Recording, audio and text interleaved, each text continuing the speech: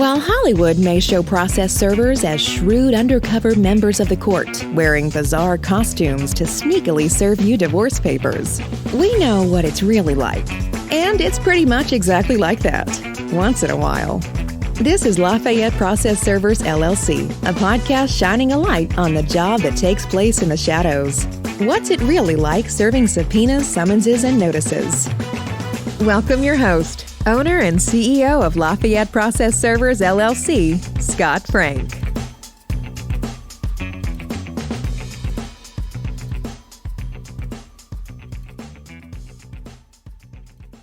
Welcome to the Lafayette Process Servers LLC podcast. Happy belated 4th of July to all our listeners. I'm your host Scott Frank, and in today's episode, we are going to talk about skip tracing, what it is, why it is important and needed, how it works, and various other finer details pertaining to it. So, let's begin by addressing the most obvious question: what is skip tracing? Let's look at it this way. Assume you are a process server. You are required to serve a person with a legal document. So, the first thing that you do is try to reach out to them. But what can be done if the person vanishes or just refuses to pick up your calls and just ignore you? You are still tasked with figuring out where they are located and how to contact them. So, this is where skip tracing comes into play. Skip tracing is a legal action that involves assessing information on the subject and uncovering facts in order to locate someone and serve them with legal documents.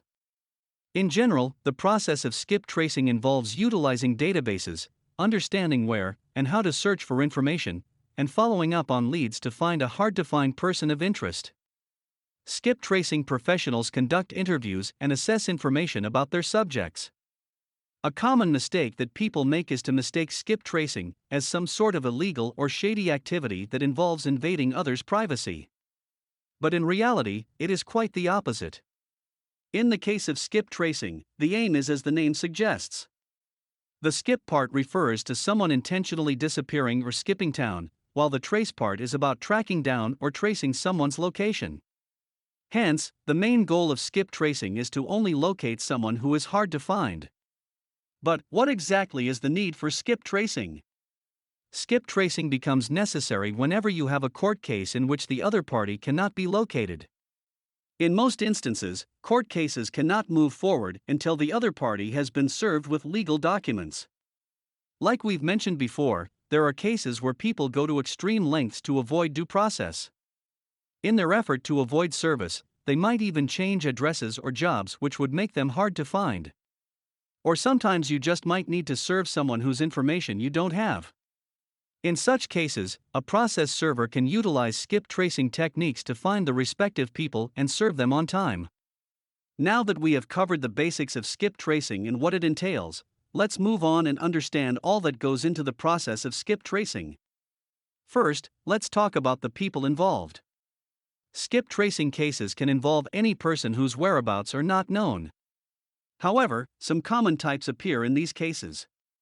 Some of the most common types of people involved in skip tracing cases include witnesses for lawsuits, those accused of fraud, debtors who are in default, estate heirs who are missing and don't know about their inheritance, defendants who are evading being located. Process servers will use skip tracing to track down any person who can't be found, but these are some of the people commonly involved in these types of cases. In a quest to find the individual, skip tracers usually retrieve the following kinds of information about the target: phone number, current address, place of work, ID or driver's license number, social security number. These pieces of information can help the skip tracers to locate the person and deliver necessary legal documents for the case. Moving on, let us now talk about the various methods that are utilized by skip tracers in their cases. A lot of skip tracing is understanding where and how to gather relevant information. Skip tracers will often conduct interviews with people who are close to their subject and engage in surveillance. They will also use the internet, searching for a subject's online presence, as well as using skip tracing software and extensive subscription-based databases not available to the general public. Another common technique that's used is social engineering. It's the art of cold calling individuals who may possess information on the subject. To understand how the various sources acquired by skip tracers are utilized and the information they provide, let's delve into deeper detail about how they are utilized. Databases. Databases revolutionized the skip tracing industry and are a must-have tool in one's toolbox. Full versions of databases are often available only to attorneys. However, most databases will also have versions available to process servers that contain much of the same information. Databases will often search for information from billions of public and private records and combine them into one spot. Records will typically include information from phone companies, credit bureaus, county property records, and many other sources. There have been many debates about which databases are best, but the truth is that all databases have their own sets of strengths and weaknesses. While databases are great, the most common mistake in skip tracing amongst attorneys and process servers alike is the tendency to rely too much on them. As great as they are, it's important to recognize that computers are the ones pushing out the information, and they do not have the same ability to interpret data as a live person does. Databases can sometimes provide outdated or inaccurate information, so it's important to try and verify the information you get from a database with as many other sources as you can, before acting on it. Property records. Any real property bought or sold in the United States must be documented at the recorder's office in the county where the property is located. These records are usually free to view and oftentimes can be accessed online. These records typically contain very useful information including the name of the owner, when they bought or sold the property, an indication if the property is listed as owner-occupied or not, and the address where the tax bill is being sent. This is all invaluable information to the skip tracer, especially when you're dealing with a subject who owns multiple properties, because oftentimes, the address where all of the various tax bills are being sent is where they actually live. Social media. In this day and age, people put their entire lives on their internet. It's actually quite ridiculous, but it can be a gold mine for skip tracers. In the process of skip tracing, there exist cases that were blown wide open all the time by information that the subject, or the subject's family and friends post on social media. Invest some time in setting up some decoy accounts and keep in mind that you will usually be able to see more of a subject's information if you are already connected with one of their existing connections. So, a defendant might not accept your friend request, but some of their other friends might. If their information wasn't already public, then the second-level connection may open up access to recent places or events that they may be attending, or you may be able to locate work information. There also exist apps that help pull metadata out of photos so one can derive valuable information such as where and when the photo was taken, which may help find further leads for the skip tracer. Postmaster locates.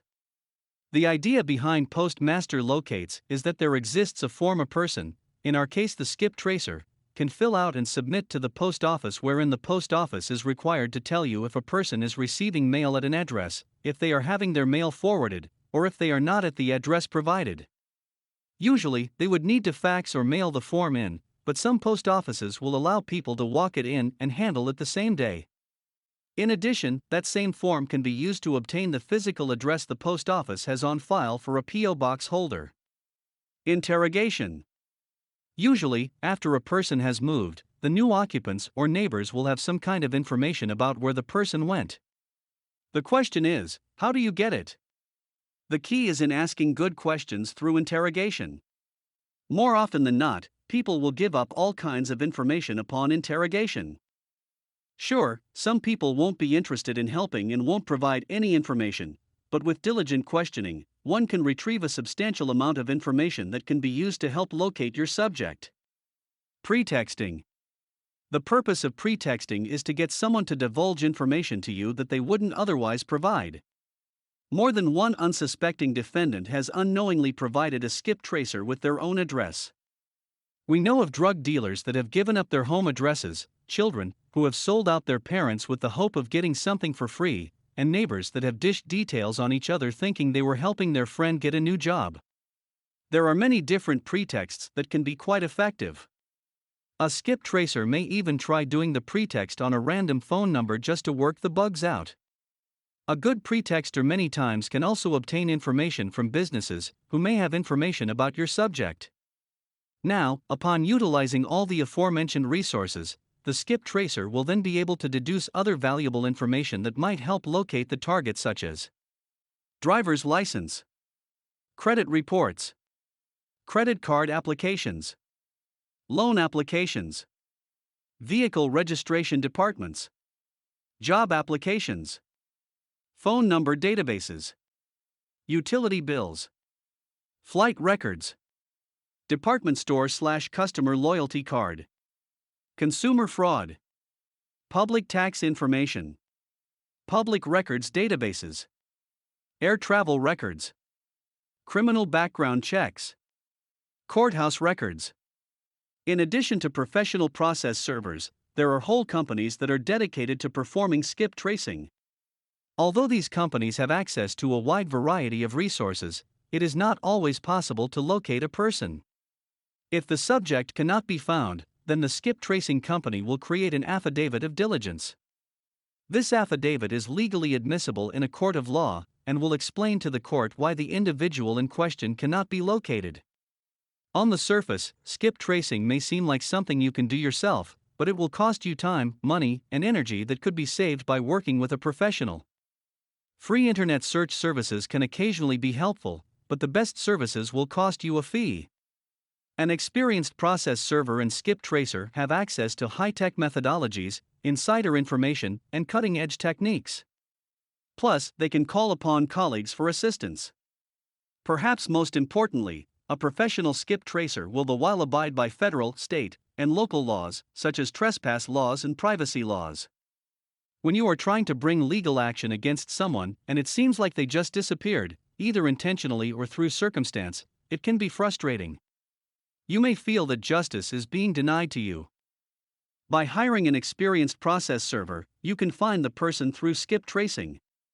You'll be able to serve the legal documents necessary to continue with the case, and you can begin seeking the redress you feel you deserve.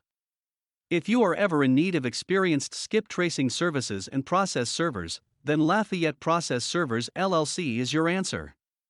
Contact us at 1-866-237-2853 or send us an email inquiry at info@lafayette-process-servers.com. And that wraps up our episode for today.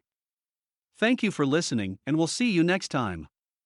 The foregoing podcast has simply been presented for informational purposes only. He or those at Lafayette Process Servers LLC are not attorneys. If you seek further information about this topic, contact an attorney in your local area. Thank you for listening to Lafayette Process Servers LLC with CEO and owner Scott Frank. For more information about Scott and the services available, please go to www.lafayette-process-servers.com or call 1-866-237-2853. Until next time, you've been served.